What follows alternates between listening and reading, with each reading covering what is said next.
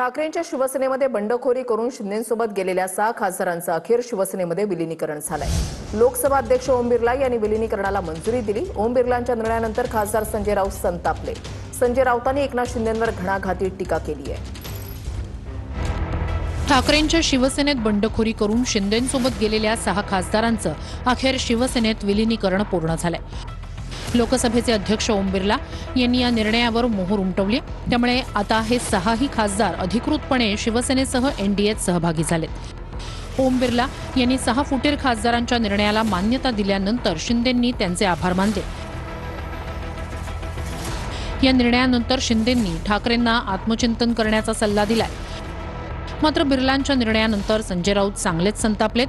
संजय राऊत यांनी थेट एकनाथ शिंदेंवर निशाणा साधत जहरी टीका केली आहे। याला का निकाल म्हणतात? रावसाहेब निकाल आलेला काय सांगाल? रावसाहेब निकाल आलेला याला का निकाल म्हणतात? रावसाहेब याला का निकाल म्हणतात? रावसाहेब फक्त खासदार नाही, अनेक लोक, हजारो लाखो कार्यकर्ते, लोकप्रतिनिधी, नगरसेवक, पदाधिकारी का सोडतायत याचा विचार, आत्मपरीक्षण त्यांनी केलं पाहिजे। गद्दार शब्द सुद्धा कमी पडेल त्यांना। आणि लोकसभेचे अध्यक्ष किंवा जे काही पार्लमेंटरी आपली आहे हा लोकशाहीवरचा खून, बलात्कार करून खून, आधी जे आता गुन्हे घडतात ना, रेप अँड मर्डर, तसा हा रेप अँड मर्डर आहे लोकशाहीवर। एकनाथ शिंदे म्हणजे काय आचार्य विनोबा भावे नाहीये, लक्षात घ्या। दाढी जरी असली त्यांना आचार्यांप्रमाणे, तरी ते आचार्य विनोबा भावे नाहीये। एक दिवस ही दाढी, एखादा हनुमान येईल आणि जाळून टाकेल तुमची दाढी, लक्षात घ्या। आय रिपीट, ती दाढी तुमची एक दिवस जाळून टाकली जाईल।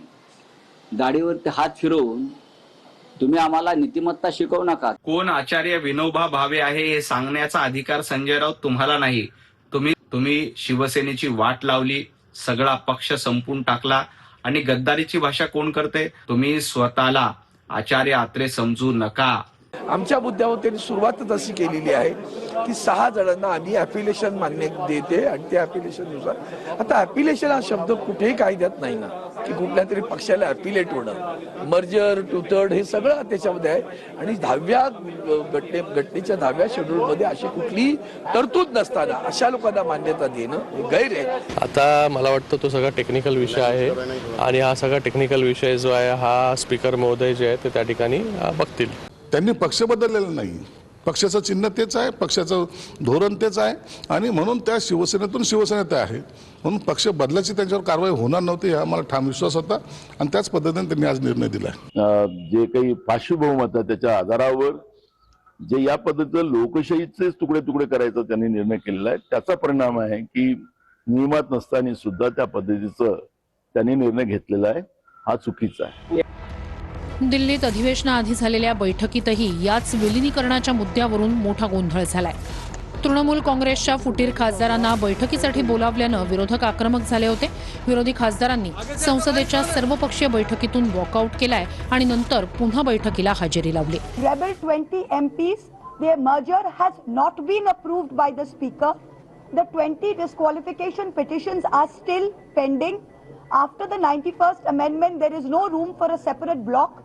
So on what grounds did the Parliamentary Affairs Minister extend an invitation to these 20 rebel MPs and how are they attending this meeting? We have registered our strong protest and walked out. Trinamool काँग्रेसची संख्या 28 लिहिली आणि खाली लिहिलं 20 जण जे आहेत त्यांना वेगळी बसण्याची व्यवस्था करण्यात आलेली आहे। ते ज्या पक्षात गेले तो पक्षच पुढे अस्तित्वात आहे की नाही माहिती नाही। त्यामुळे आता याच मुद्द्यावरून संसदेत पावसाळी अधिवेशनही गाजण्याची शक्यता निर्माण झाली आहे।